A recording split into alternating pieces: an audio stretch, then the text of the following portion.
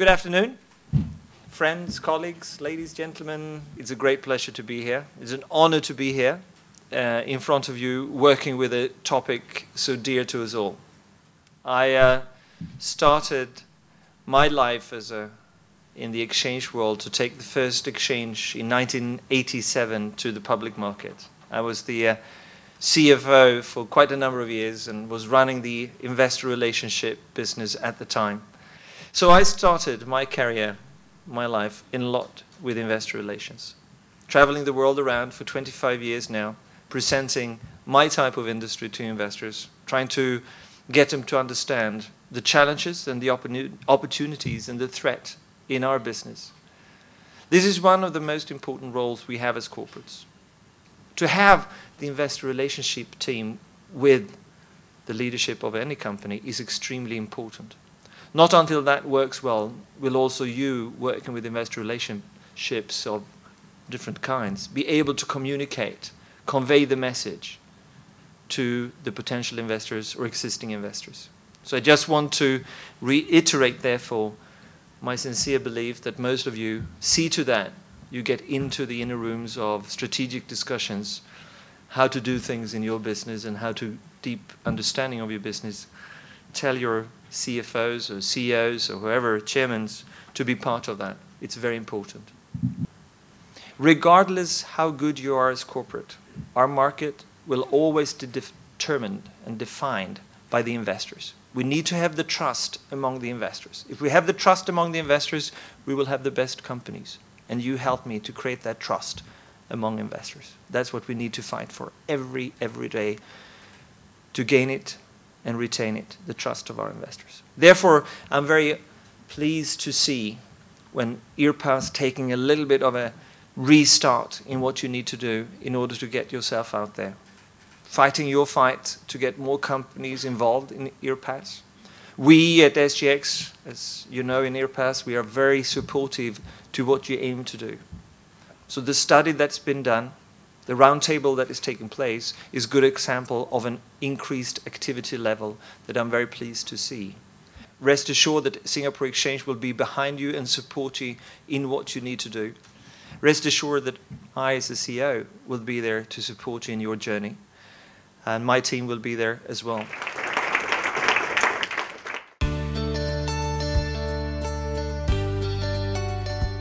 Thank you, Magnus, for those very kind words and your commitment and ongoing support to IRPAS.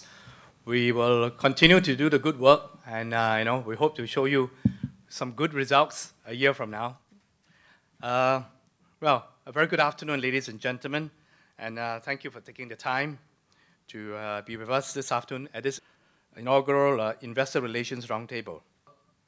As in March last year, together with in SMU, Singapore Energy University, and the SGX, we embarked on the survey to IR officers listed on all the listed companies on the SGX to find out more about what you, the IROs, really need.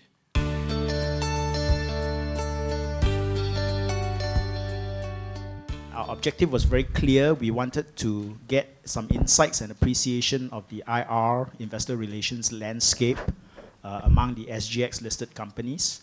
In particular, we wanted to better understand what the role of IR officers are in these companies, as well as the scope of their responsibilities in these companies. This is the quick profile of the responses.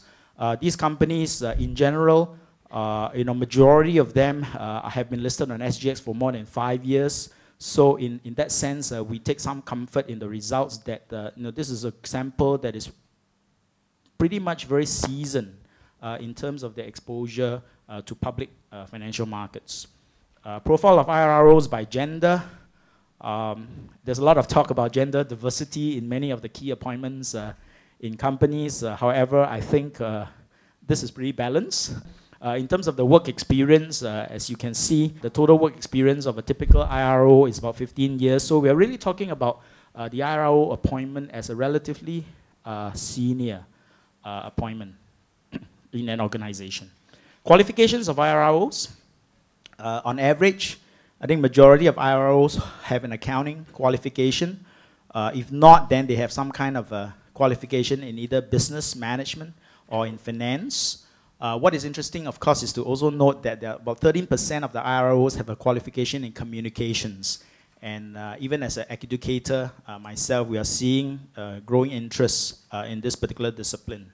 We pose this question to them: does your organization have a dedicated IR office or dedicated IR officer in charge of this particular function? About 2/3 of the sample sample organizations have a dedicated IR office or officer.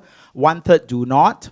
However, when we slice the sample into the large and mid caps versus the small caps, this is a very, very marked distinction between the two groups. In the case of the large and mid cap companies, the vast majority, 94% of these companies, have a dedicated IR officer or IR office in charge of the function, as opposed to only 6% without. But when we look at the small cap companies, again, that is a marked contrast. 68% do not have a dedicated IR office or officer. Only 30% do have that. We also asked them this question, whether or not the IR officer in the company sits on the C-suite. And the results show that close to 70% of IR officers sit on C-suite management meetings. And I think together this is evidence that as a company grows in its business, in terms of its size, there's an increasing importance of the IR function in the organization. Now, for those companies that did not have a dedicated IR office or officer, we asked them why. Half of these companies, majority of them say that they did not really have a dedicated IR officer because that function is already performed by someone who is fulfilling another role. About 36% say that they did not need a dedicated IR office because they outsource this function to a professional firm. And in terms of the officer that is fulfilling this role, we notice the vast majority of this role is being fulfilled by the CFO. In other words, where companies do not have a dedicated IR officer, the CFO is the one who performs the IR function. For large companies, the IR function in terms of really interacting with the investors is so important. And it remains a very, very predominant function and responsibility of the IRs. Whereas for the small cap companies, we notice that they do not really emphasize the interaction with investors or the communication with investors. Instead, they still continue to rely very much on the printed report, or at least in today's environment, the earnings release. In other words, the annual report and the earnings release remains the predominant channel of communication with investors.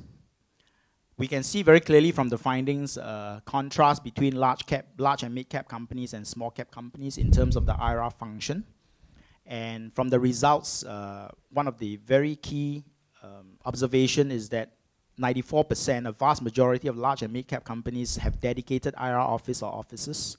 And this attests to the importance of the IR function for these companies.